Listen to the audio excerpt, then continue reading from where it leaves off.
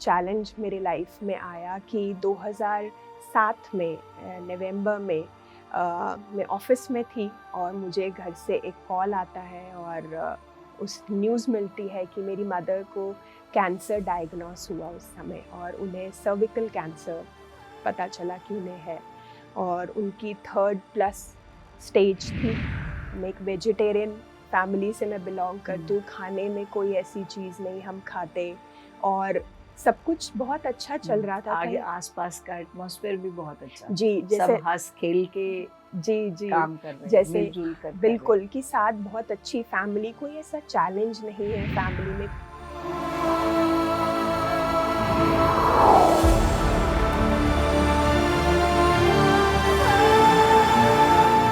नमस्कार दोस्तों, आप सभी का स्वागत है आत्मा की यात्रा कार्यक्रम में।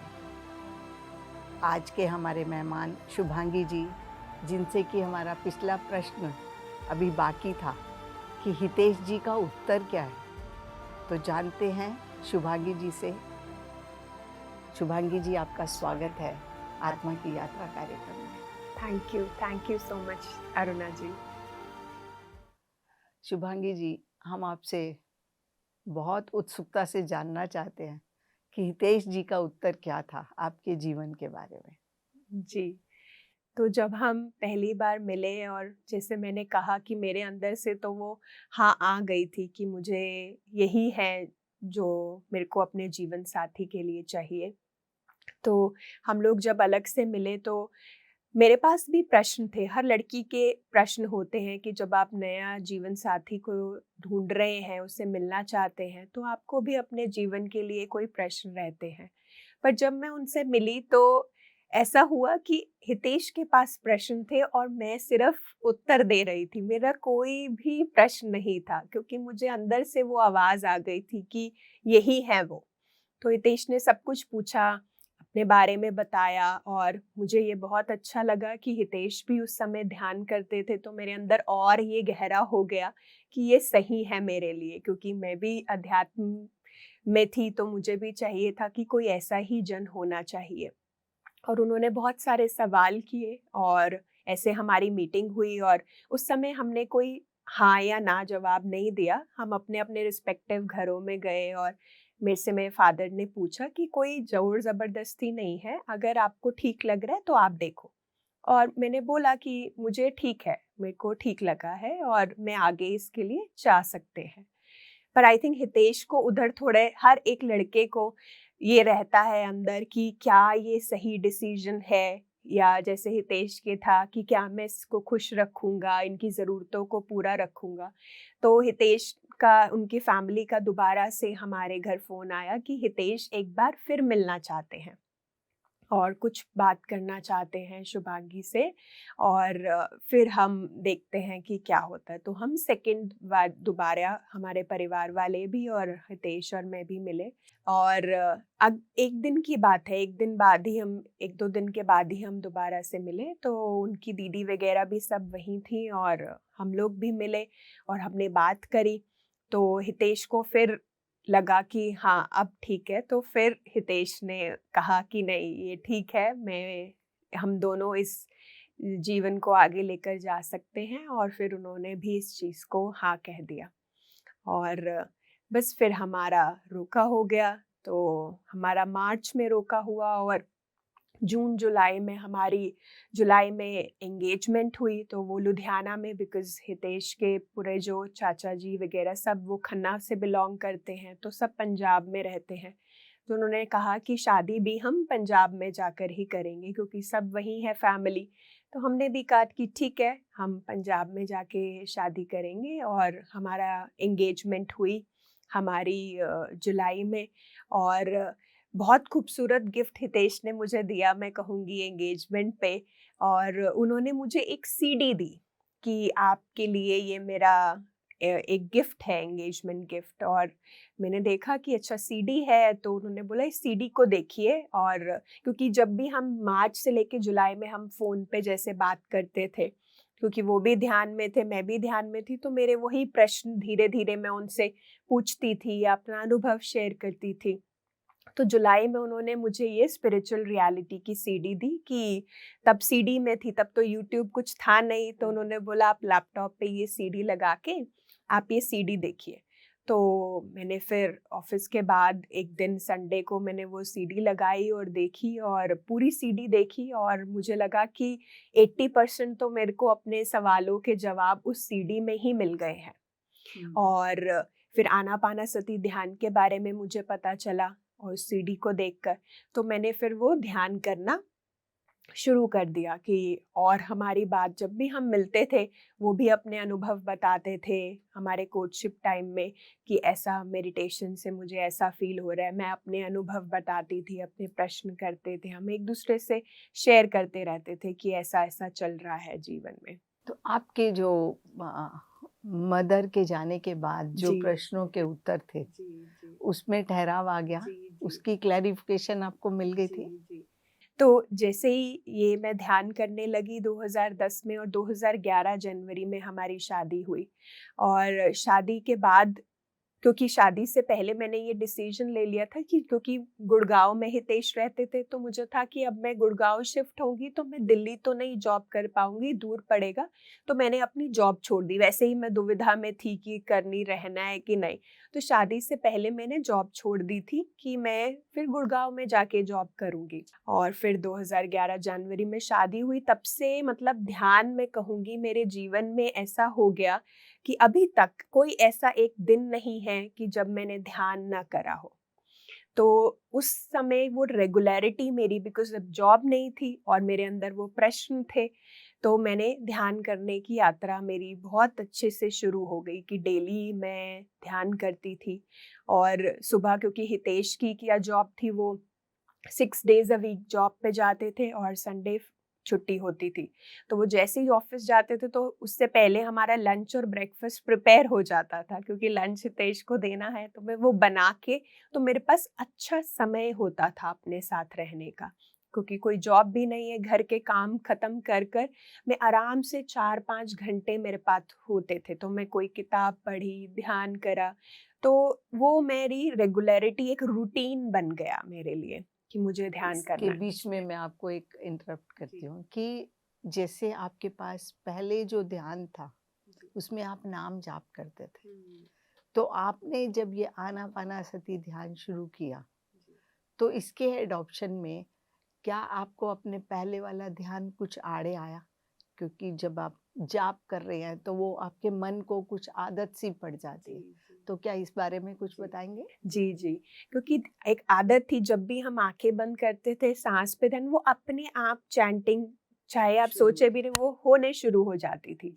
पर मुझे लगता था क्योंकि जब मैंने स्पिरिचुअल रियलिटी जब देखी तो मुझे लगा नाम जाप भी क्या है, मैं अपने मन को किसी जगह पे फ़ोकस कर रही हूँ। अपने मन को कहीं बिज़ी रख रही हूँ अपने माइंड को। तो ये तो ध्यान नहीं हुआ क्योंकि मैं तो अभी भी कुछ इस्तेमाल लॉजिकली अपने मन को वहाँ लेके जा रही हूँ। तो ये नेचुरल प्रोसेस तो नहीं है। तो मुझे ये आनापानासती ध्यान से समझ आया कि साँस तो हमारी नेचुरल है। तो जब हमने जन्म लिया तो साँस आई और जब जाएँगे तो साँस छोड़ेंगे। और इसमें मेरे को कोई ज़बरदस्ती अपने मन को नहीं लगाना, सिर्फ़ ध्यान देना है साँसों पे, ना कोई चैंटिंग करनी है। तो शुरू-शुरू में वो आता था कि अपने आप वो नाम अंदर से चलना शुरू हो जाता था। पर धीरे-धीरे प्रैक्टिस से मैं कहूँगी कि वो अपने आप फिर साँसों पे एकदम वो शांत होने लग गया वो जाप और अपना ध्यान मेरा फिर साँसों पे लगना शुरू हो गया। तो वो समय मैं कहूँगी कि वो बहुत अच्छा समय था जब मैंने अपने साथ वो ध्यान का बिताया और ध्यान को प्रैक्टिस करा अपने जीवन में और बहुत सारे सवालों के भी जवाब मिले मुझे ध्यान से। और फिर पत्री जी से मिलना हुआ हमारा। आप कब मिले सबसे पहली बार पति जी से? जी, मैं 2011 में ही शादी के बाद ही हमने अपने घर में एक इवेंट रखा था। तो तब हमने सारे ध्यानियों को इनवाइट किया था और पहली बार तब मैं पत्री जी को अपने घर में मैं मिली थी। और सुना था उनके बारे में क्योंकि हितेश बताते रहते थे कि ऐसे सर हैं, वो भी आई थिंक एक ही दफ़ा सर को मिले थे उससे पहले। तो उस समय फिर हमारे घर में हमने नीचे बेसमेंट में पूरा शामियाना लगा के लोग आए, हमने ध्यान करा और मैंने अपनी पूरी फैमिली को भी इनवाइट किया। कि वो लोग भी आएँ और ध्यान करें।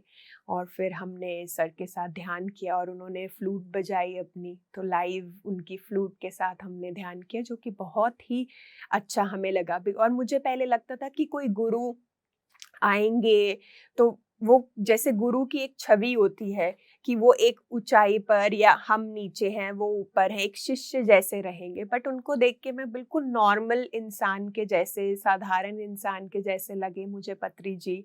और वो सबसे हाथ मिला रहे हैं, सब उनके पैरों में तो वो उनके पैर छू देते हैं।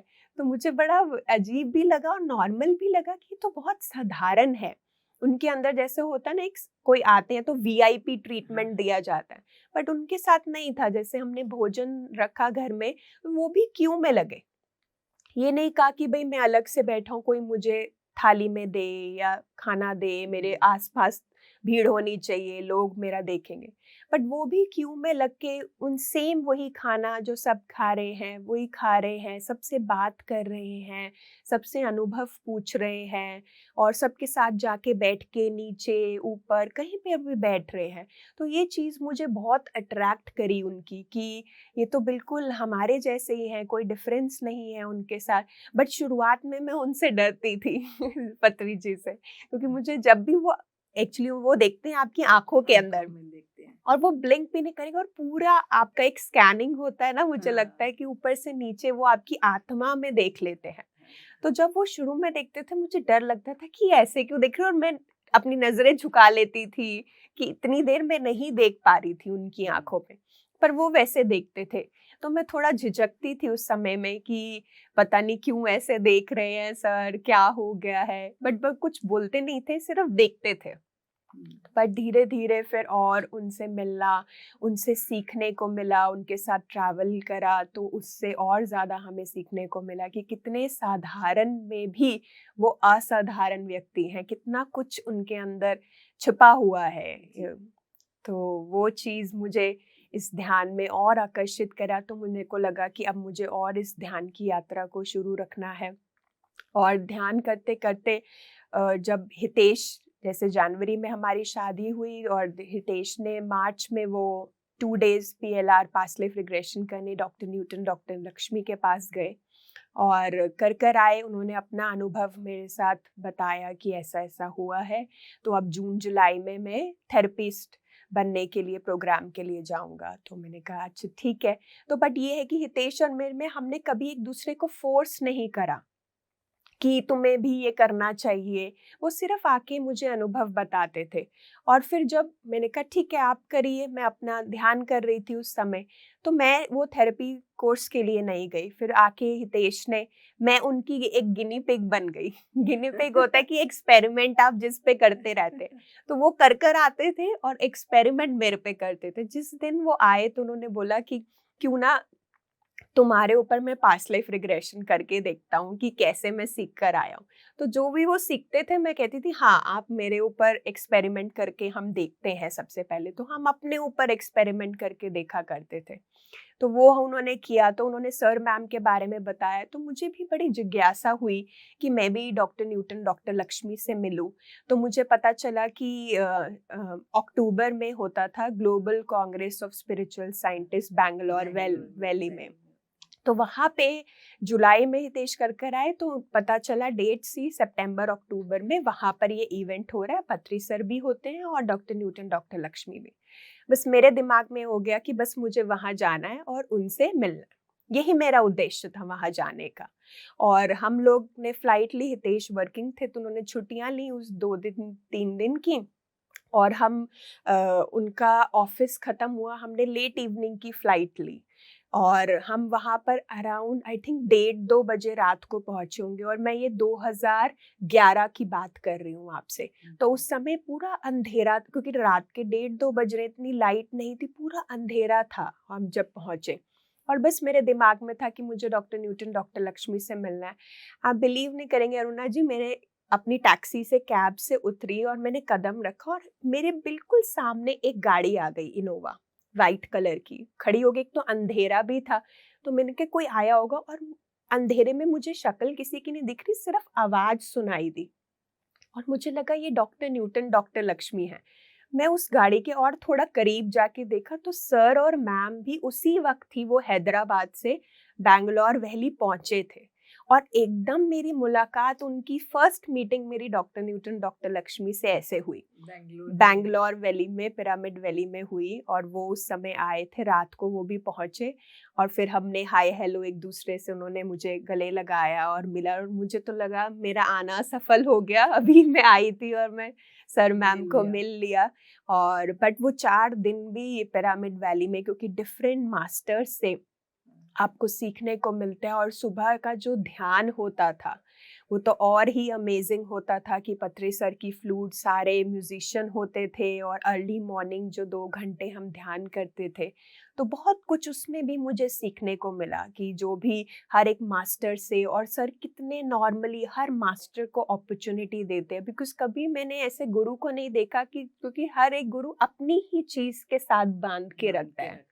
बट इन्होंने कहा कि नहीं, बंधना नहीं है, आपको सबसे सीखना है, क्योंकि आपको तभी आप जीवन के बारे में जानोगे। क्योंकि हर एक फूल की अपनी एक अलग खुशबू होती है, ऐसे ही हर इंसान की अपनी खुशबू है। तो हमें हर खुशबू को अपने जीवन में लेकर आना है। तो वहाँ पे इतने मास्टर्स बाहर से, इंटरनेशनली भी और इंडिया से भी आए हुए थे। तो बहुत सारी क्लासेस हुई, ध्यान हुआ, तो मुझे बहुत अच्छा लगने लगा। और मेरे को ये भी समझ आया जब ये ध्यान करते करते कि मेरे अंदर था ये जो इमोशन होते थे, जैसे हम अपनी माँ को खोने के लिए, तो मुझे समझ आया कि इन इमोशन को कैसे मुझे सबसे पहले तो एक्सेप्ट करना है। क्योंकि कहीं ना कहीं मैं भाग रही थी, कि फाइट कर रही थी अपनी माँ की मृत्यु से। तो पहले तो मैंने उसको स्वीकार किया कि नहीं, मुझे इस चीज़ को स्वीकार करना है कि उन्होंने अपना लाइफ प्लान बनाया था और इतना बनाया था, और उन्होंने जो मुझे ये जीवन दिया वो एक उपहार है। और वो सदैव मेरे साथ ही हैं, क्योंकि उन्होंने मुझे जन्म दिया है। तो आधी मैं अपनी माँ हूँ और आधी मैं अपने पिता हूँ। तो हर सांस में वो मेरे साथ हैं। तो मुझे वो फिजिकल अपीयरेंस जो मिस होती थी वो नहीं होना शुरू हुई, कि वो तो हमेशा मेरे साथ रहेंगी, आत्मा तो सदैव निरंतर आपके साथ है। तो मुझे वो अंडरस्टैंडिंग आई, और फिर मैंने जीवन को एक उपहार के जैसे लिया, कि मैं जो ये जीवन है एक ऑनर में जीऊंगी अपने मदर के, कि उन्होंने जो ये दिया है, तो मुझे इस उपहार को अच्छे से रखना है। अगर मैं अपना ध्यान रखूंगी तो वो भी खुश होंगी। तो ऐसे मुझे अपनी ज़िंदगी को ख़राब नहीं करना। तो ये सारी अंडरस्टैंडिंग धीरे धीरे मुझे ध्यान से और गहरी होने लग गई, समझ आने लगा। पर फिर भी अंदर से रहता था कि क्या मेरा उद्देश्य है। वो अभी उस उत्तर पे नहीं मैं पहुंची थी कि जीवन में मैं करना क्या चाहती हूँ, क्योंकि मेरे को उत्तर मिल रहे थे। पर उद्देश्य क्या था, क्या मैं दोबारा जॉब में जाऊँ, दोबारा से जॉब शुरू करूँ, या मैं इसी अध्यात्म में ही आगे बढ़ना चाहती हूँ। तो वो प्रश्न मेरे भीतर अभी भी अंदर रह रहा था कि क्या करना चाहिए। शुभांगी जी, जैसा कि आप अपने इस आत्मा की यात्रा में आगे बढ़ रही थी, जीवन को आपको समझ आ गई कि क्या है, तो कभी-कभी आपके पास जो आपके बचपन से सिखाए गए आपके संस्कार हैं, या आपको माँ-बाप से मिला या संसार से उस समय जो भी मिला, तो कभी-कभी आपको ये सब आगे की यात्रा में मददगार सिद्ध हुए? जी, बिल्कुल सिद्ध हुए, क्योंकि जैसे हमारे घर में भी कहा गया जाता था कि सबसे सीखना है, और अपने प्रश्न आप ही के भीतर हैं, उसको जानना है। तो मेरे अंदर एक बहुत ही कंटेंटमेंट, जिसे मैं कहूँगी कि अंदर था, कि नहीं, मैं को हार नहीं माननी है, मुझे कोशिश करते रहना है, मुझे गिव अप नहीं करना है। तो इसी में चाहे सवालों का उत्तर मुझे इस क्षण में नहीं मिल रहा है, पर कभी ना कभी तो मिलेगा। तो उस उम्मीद से वो मेरे अंदर बहुत गहरी थी, कि कोई बात नहीं, मुझे अगर प्रैक्टिस करनी रहनी होगी, इस जर्नी पे चलते रहना है, पर ये नहीं सोचना कि अभी नहीं उत्तर मिल रहा तो मैं यात्रा को ही छोड़ दूं बीच में। तो मैंने उसको कंटिन्यू रखा कि मुझे इसको आगे करते रहना है। अभी एक का मिल गया, थोड़े टाइम बाद दूसरा भी मिल जाएगा जवाब। तो इस चीज़ को मैंने कंटिन्यू रखा और अपने पे काम करना शुरू करा, क्योंकि समझ आया कि जीवन के आप ही रचयिता हो। तो कोई आपके लिए नहीं आपकी स्टोरी लिख रहा है, तो जो है आपको अपने जीवन की जिम्मेदारी लेनी है। तो मैंने अपने जीवन की ज़िम्मेदारी ली कि जो भी ये इमोशन, जो भी मेरा स्ट्रेस है, ये मुझे ही इस पे काम करना है। तो वो काम फिर मैंने अपना शुरू किया कि मुझे अपने पे, अपने इमोशन पे, अपने इस चीज़ों पे काम करना है। और मैंने फिर जैसे डॉक्टर न्यूटन की इनर चाइल्ड वर्कशॉप होती है, तो हितेश ने सबसे पहले पास्ट लाइफ रिग्रेशन करी उनकी। तो बट मेरे अंदर वो नहीं आया कि मुझे पास्ट लाइफ रिग्रेशन करनी है। मुझे लगा नहीं, पहले मुझे ये इनर चाइल्ड वर्ड ही बहुत मुझे अट्रैक्ट करा। मुझे नहीं पता था इसके अंदर क्या होता है, सिर्फ मैंने नाम पढ़ के बोला कि 2012 में मैंने डिसाइड किया कि मुझे ये वर्कशॉप करनी है। 6 दिन की होती थी वो वर्कशॉप, तो मुझे उस वर्कशॉप में जाना है। और मैं वो 6 दिन गई, उसमें भी मेरा जीवन में बहुत कुछ मैंने अपने जो चाइल्डहुड के जो वो ट्रॉमास जो भी कुछ अपने अंदर जी, दबा के जी, रखा हुआ जी, है। जैसे शेम थी अपनी अपीयरेंस को लेके, जो बुली करते थे फ्रेंड्स, उस पे काम करा, अपने आप को स्वीकार किया सबसे पहले, एक्सेप्टेंस, क्योंकि कहीं न कहीं मैं अपने आप को ही नहीं स्वीकार कर रही थी। तो वो करा उसके अंदर, अपने आप को जाना और अपना जो गुस्सा था उस पे काम करा कि मम्मी क्यों चली गई, वो जो गुस्सा अपनी ज़िंदगी को लेकर था, अपने आप को लेकर था, उन पे मैंने काम किया धीरे। तो समझ आने लगा कि हाँ, कितना इम्पोर्टेंट है हमारा बचपन का समय, क्योंकि हमारी कंडीशनिंग इतना कुछ हो जाती है और उसी से ही हमारी विचारधारा बन जाती है और उसी से ही हम जीवन को देखने लगते हैं।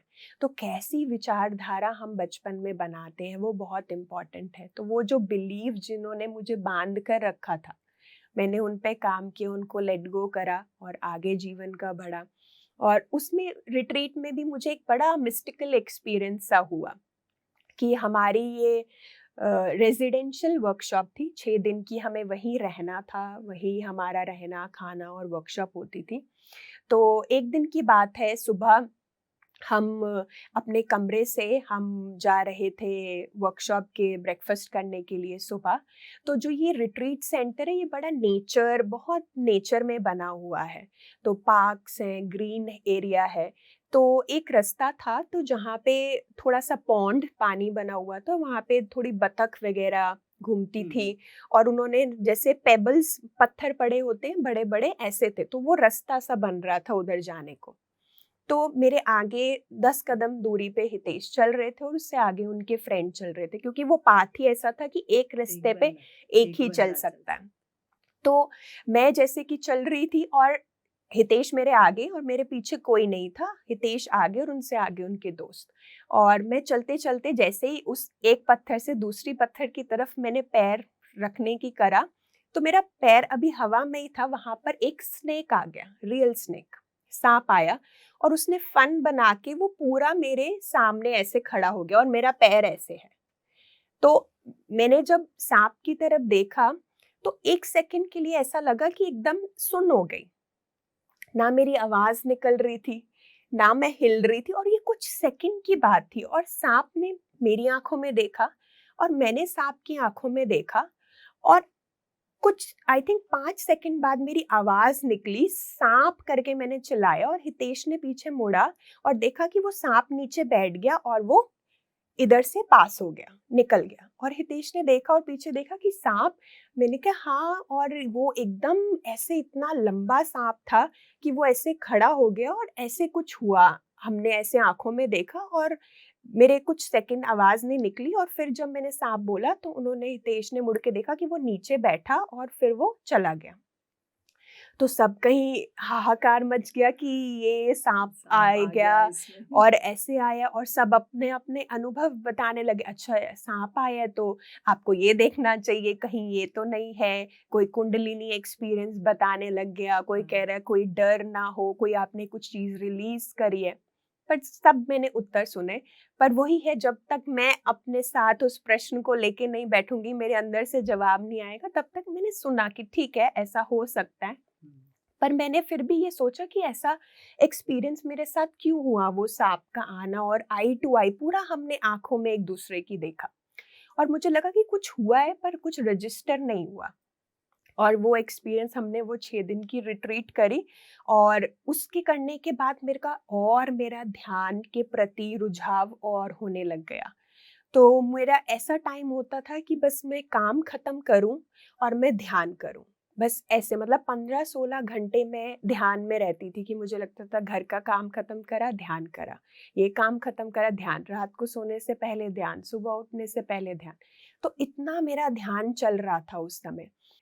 तो ऐसे ही एक दिन मैं ध्यान कर रही थी और ध्यान में एकदम मैं एक चीख मारकर मैं ध्यान से उठी और हितेश भी वहाँ ध्यान कर रहे थे।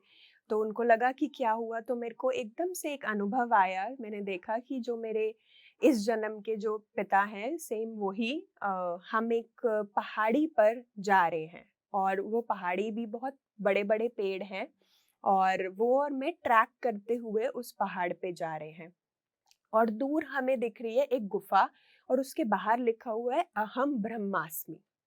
और हम बोल रहे हैं मेरे पापा और मैं कि हमें उस गुफा में जाना है और हम ट्रैक करते करते वो मेरे से थोड़ी सी आगे हैं और आवाज आती है एकदम और मैं एकदम डर जाती हूँ कि क्या हुआ। अनुभव में देखा मैंने कि मेरे पिता को एक सांप काट लेता है और वो वहां पे गिर जाते हैं और जब मैं उनको बचाने के लिए जाती हूँ, तो वो साँप भी मुझे काट लेता है और जैसे ही वो काटता है, हम दोनों की मृत्यु होती है और एक चीख से मैं उस अनुभव से, उस ध्यान से मैं बाहर आ जाती हूँ। तो मैं इतना हितेश को बता पाया मैंने कि मुझे ऐसे दिखा एक गुफ़ा है, अहम ब्रह्मास्मि लिखा है और एक साँप आता है, वो हम दोनों को ऐसे काट के चला जाता है।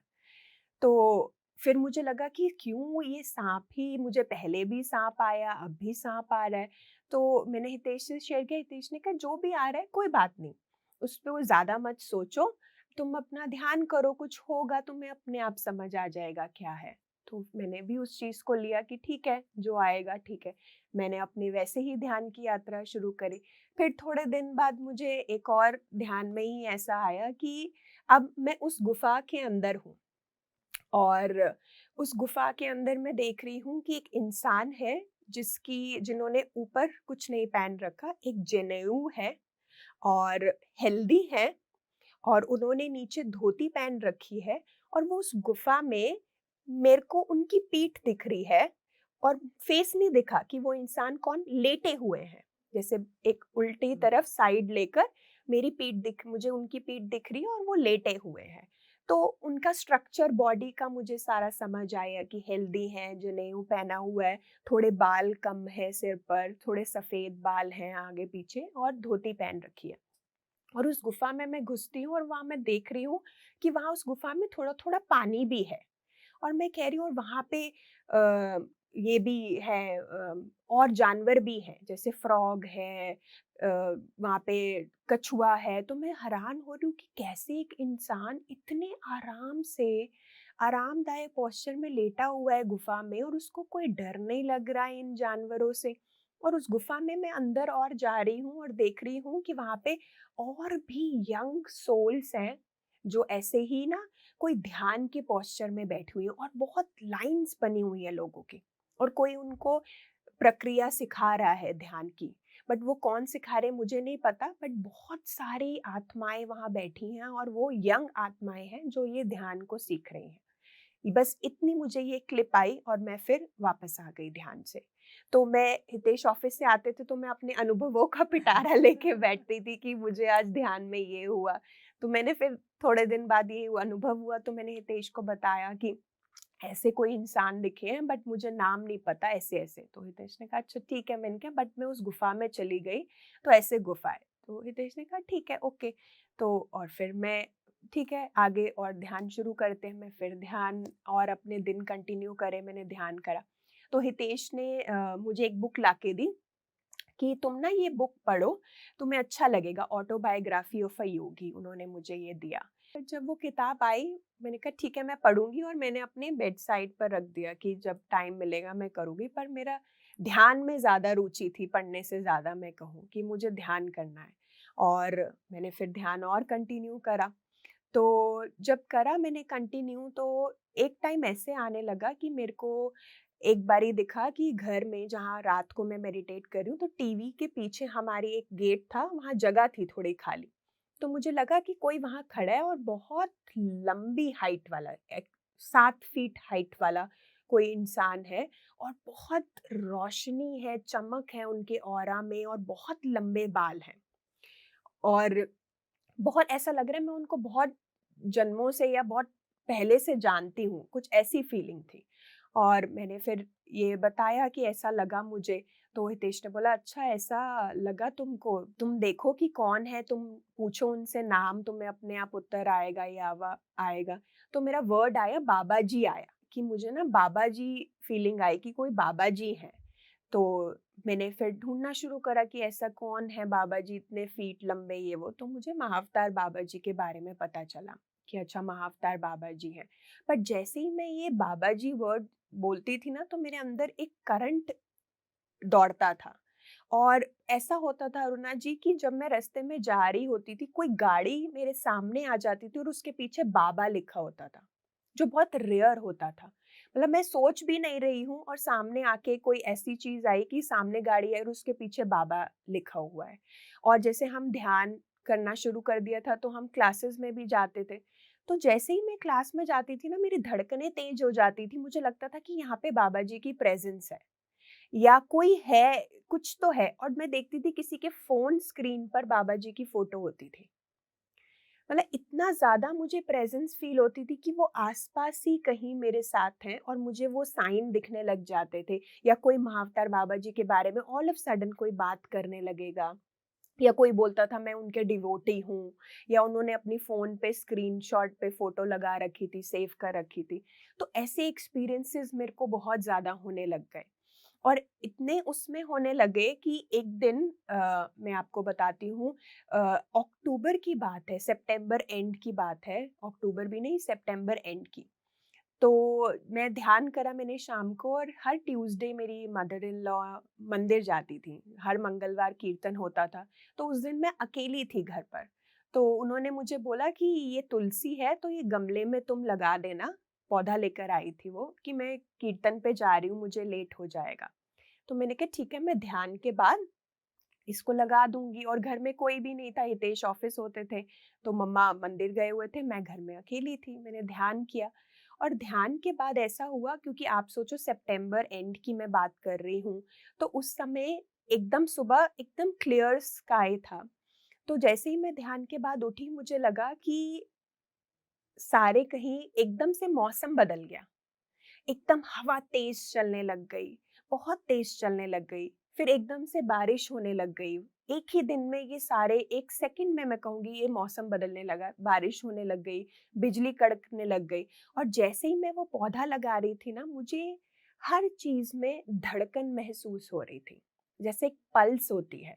जिस चीज़ को मैं छू रही थी, मुझे लग रहा था कि मैं इसके साथ एक वननेस जैसी फीलिंग मुझे आ रही है, कि मैं ये पौधा हूँ, मैं ये मिट्टी हूँ। मेरे में इतनी ज़्यादा वो थी कि मैं वो पौधा नहीं लगा पा रही थी, क्योंकि जैसे मैं मिट्टी ऐसे खोद रही थी, मुझे लग रहा था मेरे अंदर कुछ खुद रहा है।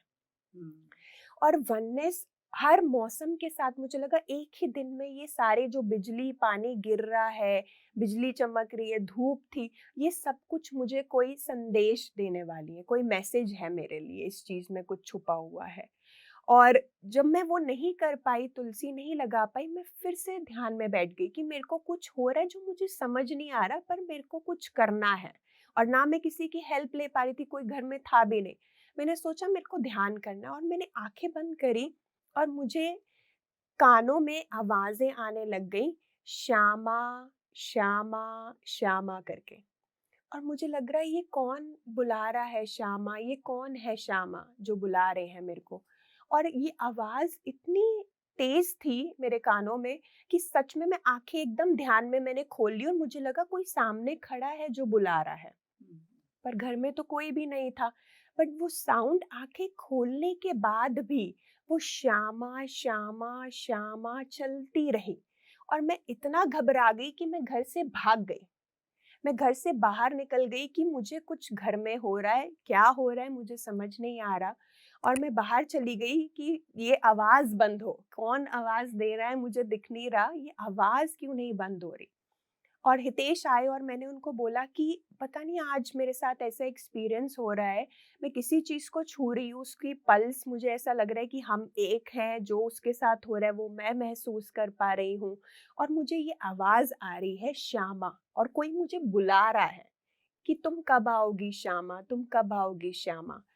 तो हितेश ने बोला कि कौन श्यामा है, ये क्या है? मैंने कहा मुझे नहीं पता ये कौन श्यामा है, हमें कुछ देखना है, ये आवाज़ बहुत ज़्यादा है। तो हितेश ने बोला अपने आप ठीक हो जाएगी, 1-2 दिन और ध्यान करके देखो। बट वो आवाज़ बंद नहीं हुई। जैसे ही मैं ध्यान में बैठती थी, मुझे ये आवाज़ मेरी और गहरी होती रहती थी। मुझे लगता था कोई मुझे आवाज़ दे रहा है, मुझे कहीं जाना है, कहीं जाना है। और जब ये गुफ़ा का एक्सपीरियंस हुआ और महाअवतार बाबा जी का हुआ, तो मैंने देखा, मैंने सर्च करना शुरू करा कि ये कौन है, ये ऐसे गुफ़ा क्या है? तब मैं कुछ नहीं मुझे पता था महाअवतार बाबा जी की गुफ़ा या क्या एक्सपीरियंस मुझे हो रहा है।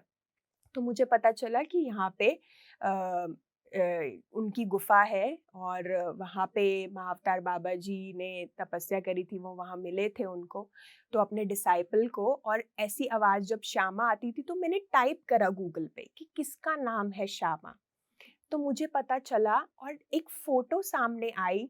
उस फ़ोटो अरुणा जी एग्ज़ैक्टली वो थी जिस पर्सन को मैंने उस गुफ़ा में लेटे हुए देखा था। एग्जैक्टली जनेऊ पहना हुआ, उनके शरीर में ऊपर कोई कपड़ा नहीं था, बल्कि उनका स्टमक जैसे हेल्दी थे और धोती पहन रखी थी, बाल कम थे। और जब मैंने श्यामा टाइप करा तो नाम आया श्यामा चरण लहरी। अच्छा अच्छा। तो महाअवतार बाबा जी के जो डिसाइपल का नाम था, वो उनको सब लहरी महाशय जी कहते थे, बट उनका नाम असल में है श्यामा चरण लहरी। और वो मुझे अभी भी गूज़बम्प्स आते हैं कि जब वो आवाज़ श्यामा की तुम कब आओगी, श्यामा तुम कब आओगी, तो मुझे हुआ कि मुझे उस गुफा में जाना है, मुझे वो बुला रहे हैं, मुझे वहाँ पे आवाज़ आ रही है। जब ये ऐसा एक्सपीरियंस हुआ तो हितेश 5 डेज़ वर्किंग थे, तो जब उन्होंने ये सारी मेरी स्टोरी के हमारे पीसेस जुड़ने लगे कि वो सांप आया, तुम्हें वो गुफा दिखी और ये आ रहे हैं, तो तुम्हारा कोई कनेक्शन है, मे बी कोई पास्ट लाइफ कनेक्शन है, कुछ तो है। और मेरे अंदर बस ये थी कि मुझे अब वहाँ जाना है, उस गुफा में जाना है और ध्यान करना है, वहाँ जाना है बस। तो जब ये एक्सपीरियंस हुआ, हितेश ने पूछा, अगले दिन हितेश ऑफिस से आए, मुझे नहीं पता था, अगले दिन आए, उन्होंने कहा मैंने कैब बुक कर दी है और सैटरडे नाइट थी कि हम ड्राइवर ले रहे हैं और हम महाअवतार बाबा जी की गुफा जा रहे हैं। और ये सारे एक्सपीरियंस जो शामा और आवाज़ें आती थी, तो मेरी मदर इन लॉ को भी पता था, तो उन्होंने बोला मैं नहीं पीछे रहूँगी, मैंने भी जाना है उस गुफा में। जो इतने एक्सपीरियंसेस घर में भी वो देख पा रही थी कि बहुत एक्सपीरियंसेस हो रहे हैं, तो उन्होंने बोला कि मैं भी तुम लोगों के साथ चलूँगी। तो हितेश ड्राइवर, मम्मा और मैं, हम लोग निकले। रात को हमने पूरी रात जर्नी करी और हम द्वारहाट रानीखेत से आगे जाने लगे। और रास्ते में इतने एक्सपीरियंसेस हुए हमारे साथ उस जर्नी में, मतलब हर टाइम बस हमारे महाअवतार बाबा जी के बारे में बात, अनुभवों के बारे में बात चल रही थी और इतनी क्लिनजिंग चल रही थी हितेश की, हम सबका कुछ ना कुछ अनुभव चल रहा था। और हम जब वहाँ पर पहुँचे, हम दोपहर में अगले दिन सुबह में पहुँचे, तो ड्राइवर ने कहा हम द्वारहाट में होटल हमने बुक करा, हमने वहाँ पे स्टे करा 2-3 घंटे कि फिर हम गुफा में जाएंगे। तो वहाँ का जो मैनेजर था उसने बोला कि आप कहाँ जा रहे हो, क्योंकि छोटा सा वो है, तो वो सब पूछते हैं आप यहाँ घूमने आए हैं, कहाँ जाएंगे। तो सबको पता था महाअवतार बाबा जी की केव वहाँ से 10 किलोमीटर और कुकुचीना के वहाँ पर है। तो मैनेजर ने बोला कि आप मत जाइए, क्योंकि अब क्या, थोड़ा ठंड का मौसम, थोड़ा सितंबर अक्टूबर हो गए तो मौसम बिगड़ जाता है, तो अच्छा होगा आप मत जाइए वहाँ पर। तो मुझे हुआ कि ये क्यों कह रहा है कि मत जाइए, हम इतनी दूर से आए हैं और ये कह रहा है आप मत जाइए, अंधेरा होने वाला है और वहाँ पे सेफ नहीं है, अंधेरे से पहले पहले आपको, क्योंकि चढ़ाई है 3-4 किलोमीटर की, आपको उतराई भी करनी होगी। पर मेरे अंदर तो बस कि यहाँ तक आ गए, अब तो इतना सा रह गया, मुझे तो वहाँ जाना ही जाना है। और हितेश ने बोला चलते हैं, कोई बात नहीं, देखते हैं वहाँ जाके जो भी होगा। हम लोग ड्राइवर के साथ निकले, कुकुचीना हमने गाड़ी उतारी, हमने उस ड्राइवर को बोला कि आप रुकिए, हम जाते हैं। आप मानेंगे, वो ड्राइवर कहता मैम रास्ते में इतने अनुभव हुए हैं, तो मैं यहाँ आकर अगर गुफा नहीं गया तो मेरा जीवन खराब हो जाएगा। आपके साथ जो अनुभव, जो आपकी मैं अनुभव सुन रहा हूँ पूरे रास्ते, आपने ध्यान के बारे में इतना कुछ बात कर रहे हैं आप तीनों, तो मैं भी इस जगह पे ज़रूर जाना चाहूँगा। तो मैं भी आपके साथ ही गुफ़ा में चलूँगा। तो हमने कहा ठीक है, आप भी चलिए। तो ड्राइवर भी तैयार हो गया हमारे साथ जाने के लिए और हमने यात्रा शुरू करी।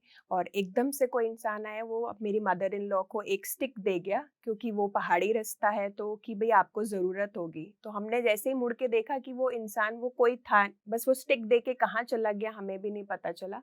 और हम गुफ़ा की, हमने 3 किलोमीटर चढ़ाई करके हम गुफ़ा पे पहुँचे। और जब पहुँचे वहाँ पे पूरी भीड़ थी, क्योंकि और भी लोग वहाँ मेडिटेट कर रहे थे, सीढ़ियों तक पूरा रश था। और मुझे था कि इतना रश है तो हम कैसे ध्यान कर पाएँगे, गुफ़ा में तो बैठ नहीं पाएँगे, क्योंकि गुफ़ा पूरी भरी हुई थी, सब बाहर कर रहे थे। तो हमने कहा हम बाहर ही ध्यान करते हैं, हमने करना शुरू करा। एकदम से बारिश शुरू हो गई और पहाड़ी रास्ता, शाम हो गई थी, तो वो सारे लोग उतरने की करने लगे, क्योंकि बारिश शुरू हो रही है तो रास्ता मुश्किल होगा। सारी गुफ़ा खाली हो गई और सिर्फ हम 4 रह गए। और हमने कहा चलो अब गुफ़ा में बैठने का मिल गया। और आप बिलीव करेंगे, 3 मिनट बाद ही इतना तेज सूरज आ गया, वो बारिश गायब हो गई। वो बारिश ही नहीं हुई और हम 4 जने उस गुफ़ा में बैठ के हमने ध्यान किया। और मुझे उस ध्यान में ये अंडरस्टैंडिंग आई कि जैसे एक योगी भी एक गृहस्थ जीवन में रह के भी अध्यात्म को पा सकता है, तो हम भी, तो मुझे लगता था कि जब अध्यात्म में ध्यान कर रही थी, इतना ध्यान, तो मुझे लगने लगा कि ये सब कुछ और कुछ नहीं है, सिर्फ ध्यान ही सब कुछ है। पर इस पूरे एक्सपीरियंस से मेरे को ये समझ आया कि एक योगी के जैसे, जैसे वो, उनका भी गृहस्थ जीवन था और उन्होंने वो रहकर अध्यात्म को पाया, तो मैं भी गृहस्थ में रहकर एक संतुलन बनाकर मैं अध्यात्म को भी और भौतिक जीवन को भी जी सकती हूँ। क्योंकि जब तक आपका खुद का अनुभव आप करते हो, तभी आपको वो समझ आती है, अंदर से जो आवाज़ आती है। तो वो अनुभव से मुझे ये समझ आया कि हाँ, ये ही है जो मैं जीवन में लेकर आना चाहती हूँ। और मैंने कहा कि मेरे को यही अध्यात्म को ही अपने जीवन में उतारना है। अध्यात्म और जीवन अलग-अलग नहीं है। तो उस चीज़ को मैंने अपने जीवन में उतारा और फिर मैंने उद्देश्य बनाया कि मुझे यही करना है, कि इसी को ही अपने जीवन में आगे लेके जाना है, लोगों की सहायता करनी है। क्योंकि अगर मैं अपने इमोशन, अपने ट्रॉमा पे जब काम कर सकती हूँ, तो कोई भी कर सकता है। तो उस चीज़ को फिर मैंने आगे लेके गई। जी। तो आपका और हितेश जी का, दोनों का इसी एक ही जर्नी में साथ चलने का जो मकसद था, तो वो यही है कि संसार भी है आपका और निर्वाण भी, लोगों को सिखाने के लिए। तो आपकी ये जो यात्रा थी, जो आप इनर जर्नी और पास्ट लाइफ रिग्रेशन, ये आपने हितेश जी के साथ मिलके, ठीक है, कॉन्शियसनेस के ऊपर आप काम कर रहे हैं। तो आपने इस जर्नी को और आगे कैसे बढ़ाया? कैसे आपने लोगों की सेवा करनी शुरू कर दी? जी, क्योंकि देखिए, हर चीज़ को अगर आपको किसी को सिखाना है, मुझे लगता है कि पहले अपने ऊपर उसको इम्प्लीमेंट करने की ज़रूरत है, उसको खुद एक अनुभव ऐड करने की, नहीं तो वो सिर्फ ज्ञान बना रहता है। पर अगर हमें उसे विज़डम में बदलना है, तो एक प्रैक्टिकल एक्सपीरियंस भी होना चाहिए। क्योंकि मैंने जब अपने बचपन पे काम किया, उन बिलीव्स पे काम किया, मुझे जीवन का सच समझ आया कि मैं कौन हूँ, मेरा क्या उद्देश्य है इस जीवन में। सिर्फ हम खाने पीने और सोने तो नहीं आए हैं, उससे अलावा भी कुछ है जो बड़ा जीवन में हम करने आए हैं। तो वो चीज़ को लेके, और हितेश को भी भीतर से आ गया कि मुझे अब ये जॉब कंटिन्यू नहीं करनी। उन्होंने भी ये डिसीजन लिया धीरे-धीरे कि मुझे भी अब इसी चीज़ को आगे लेके जाना है। तो हम दोनों ने मिलकर जो चीज़ अपने पे काम करी, फिर हमने वो दूसरों की सहायता करी कि आप इसको भी देख सकते हैं कैसे ये काम आपके जीवन में करता है।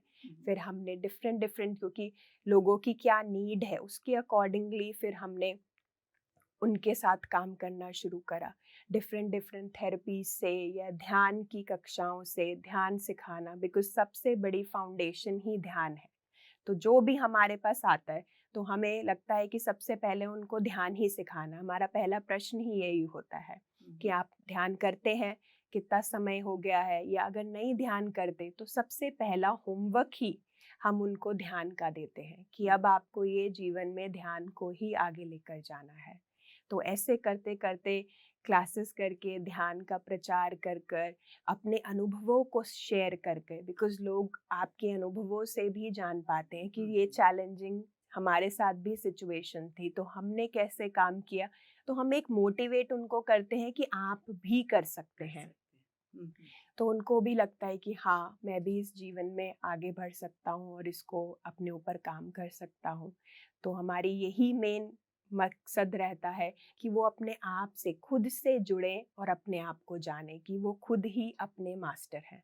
तो ये हम सिखाते हैं कि हम लोगों को अपने ऊपर निर्भर नहीं बनाते कि हम थेरेपिस्ट हैं तो आप हमेशा आते रहें हमारे पास, बार बार हम आपको काम कराते रहें।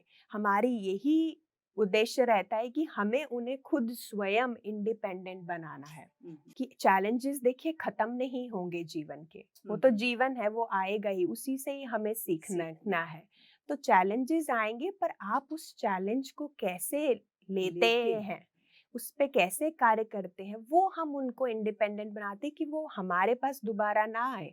हम उनको सिखाते हैं कि आप खुद ही इस चैलेंज को ठीक कर सकते हो। पहले उनको हमारी थोड़ी ज़रूरत होगी, पर बाद में हम उनको पूरे सक्षम बना देते हैं कि आपके अंदर भी वही पावर है जो हमारे भीतर है।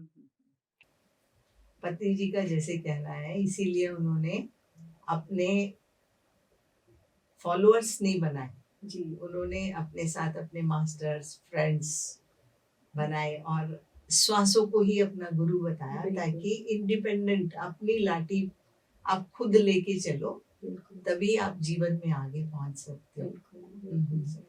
बहुत अच्छा। तो आपका कोई ऐसा खास अनुभव जो आपके इस, जो आप थेरेपीज करते हैं या लोगों के ऊपर काम करते हैं, कोई खास ऐसा अनुभव हो जिसको आप हमारे साथ शेयर कर सकते हैं? जी, अनुभव मतलब आप किसी को जैसे सिखा रहे हैं, जैसे आप मानो कि आप मुझे ही सिखा रहे हो और मुझे सिखाने के लिए आपने जो भी दिया, आपका जो मकसद था कि मुझे आपने सक्षम बना दिया, तो कुछ ऐसा आपका अनुभव जो आपने किसी को सिखाया हो और वो पूरी तरह से इस लायक बन जाए कि हाँ, आपके भाई ये मेरे जीवन में पूरा उतर गया। जैसे होता है ना, एक टीचर होता है, उसका कोई ना कोई ऐसा स्टूडेंट होता है जो स्टूडेंट पूरी तरह से उसके लिए तैयार हो जाता है। देखिए, स्टूडेंट तैयार होता है तभी उनको टीचर मिलता है। तो मैं कहूँगी स्टूडेंट तो सारे ही तैयार होते हैं, तो कोई एक ऐसा नहीं है कि जिसने पूरी तैयारी, पर हाँ, जब मुझे जो खुशी मिलती है वो मिलती है कि जब मैं उनको जीवन में आगे बढ़ते हुए देखती हूँ कि वो अब इस चैलेंज को कैसे ले रहे हैं, जीवन को और समझ पा रहे हैं गहरे रूप पे और इंजॉय कर रहे हैं। ये नहीं है कि स्पिरिचुअलिटी की आपको सब कुछ छोड़ना है और एक योगी बन जाना है, बट वो गृहस्थ में रहकर इन चुनौतियों का सामना करते हैं और उस पे वो खरे उतरते हैं, वो बहुत बड़ी बात है।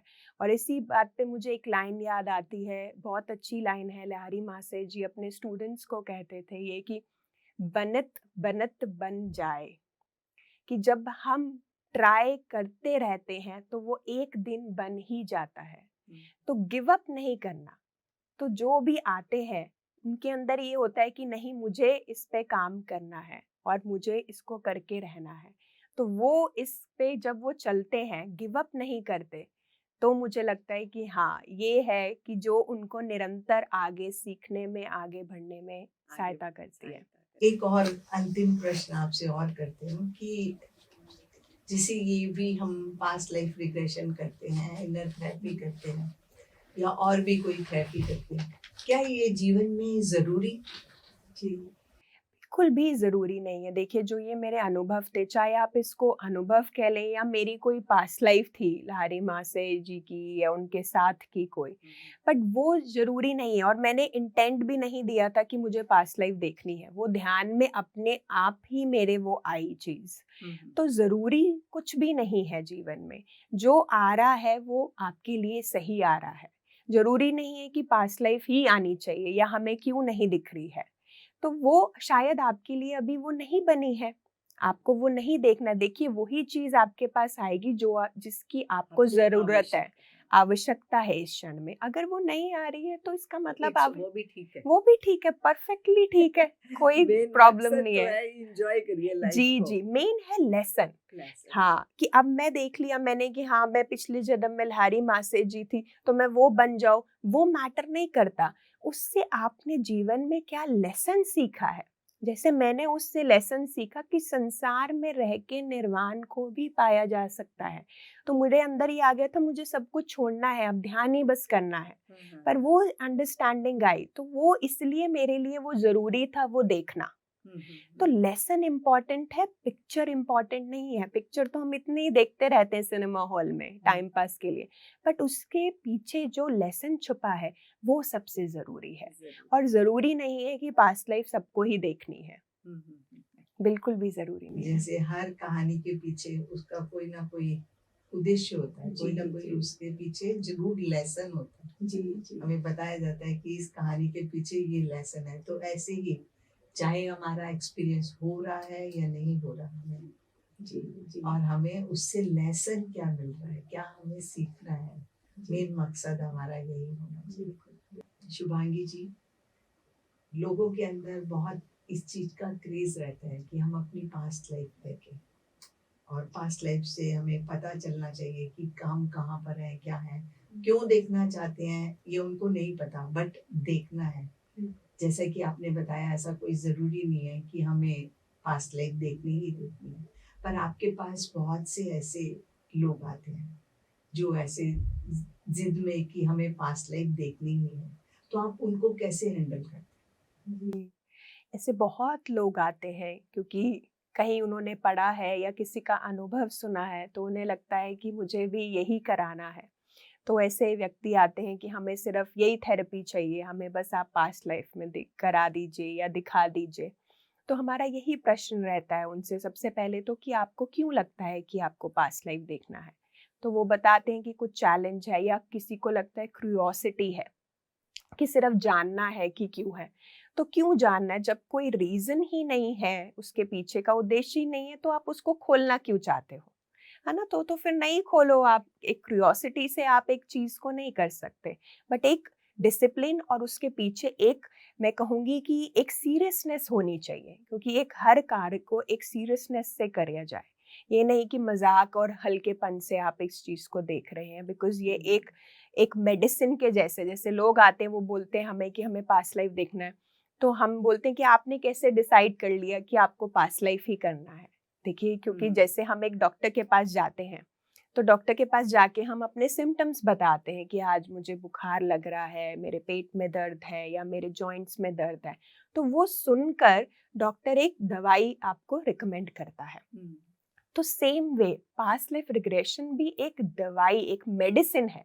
ये नहीं है कि ये मेडिसिन हर किसी के लिए काम करेगी। जब आपको वो चीज है ही नहीं तो हम वो आपको मेडिसिन क्यों देंगे। तो हम उनको यही कहते हैं कि आप पहले, हम आपके जीवन के बारे में कुछ प्रश्न करेंगे। तो हम वो पूछते हैं उनके बचपन के बारे में, उनके प्रोफेशन के बारे में। जब जीवन की एक समझते हैं उनके जीवन को, तो हम एक ब्लूप्रिंट बनाते हैं कि अच्छा ये यहाँ यहाँ पर कुछ चैलेंज रहे हैं, किसी ट्रॉमा से गुजरे हैं या कोई चैलेंज था, तो उस पे फिर हम काम करते हैं। तो ये नहीं कि पहले गो में ही हम उनको पास्ट लाइफ में ले जाते हैं, पहले इस लाइफ में हम उनको काम करवाते हैं।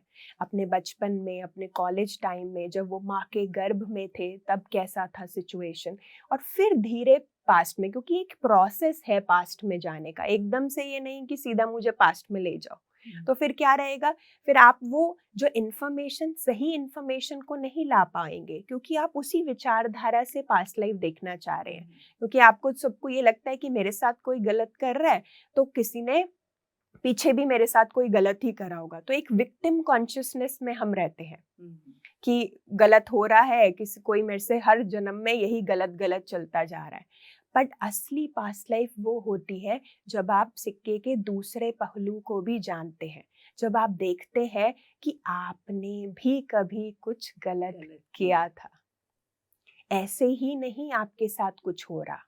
तो कंप्लीट पास्ट लाइफ तब होती है क्योंकि हम सब अच्छी अच्छी देखना चाहते हैं कि मैं रानी थी, मैं इतनी दिलदार थी, मैं कंपैशनेट थी, मैं अध्यात्म में थी। पर असली आपका जो लेसन है वो उस लाइफ में छुपा हुआ है जब आपने कुछ गलत किया। तब वो आप उस लेसन को लाते हो कि अच्छा, अगर मेरे साथ कुछ गलत हो रहा है, इसके पीछे इसके बीज कहीं मैंने ही बोए हैं, तो मेरे साथ हो रहा है। तो वो आप पहली पास्ट लाइफ में ही कर लेंगे तो वो समझ नहीं पाएंगे। धीरे धीरे एक प्रोसेस, एक सिस्टम बना हुआ है जिसको हम लेकर जाते हैं ताकि आप एक प्योर मैसेज लेकर आ सके, एक लेसन लेकर आ सके, जिससे आप अपने उस लेसन को जीवन में अपना पाए। जी, तो आपकी कोई ऐसी पास्ट लाइफ जिससे कोई बहुत बड़ा रिश्ता आपका जुड़ा हो? जी, हम उस बारे में थोड़ा सा जानेंगे। जी, तो जैसे मेरा बच्चों के साथ बहुत ज़्यादा कनेक्शन है कि मुझे ऐसा लगता है कि बच्चे ऐसे हैं जहाँ पे मैं बहुत ईज़िली उनके साथ कनेक्ट हो जाती हूँ और मैं उनके साथ टाइम स्पेंड करती हूँ, उनको समझ पाती हूँ।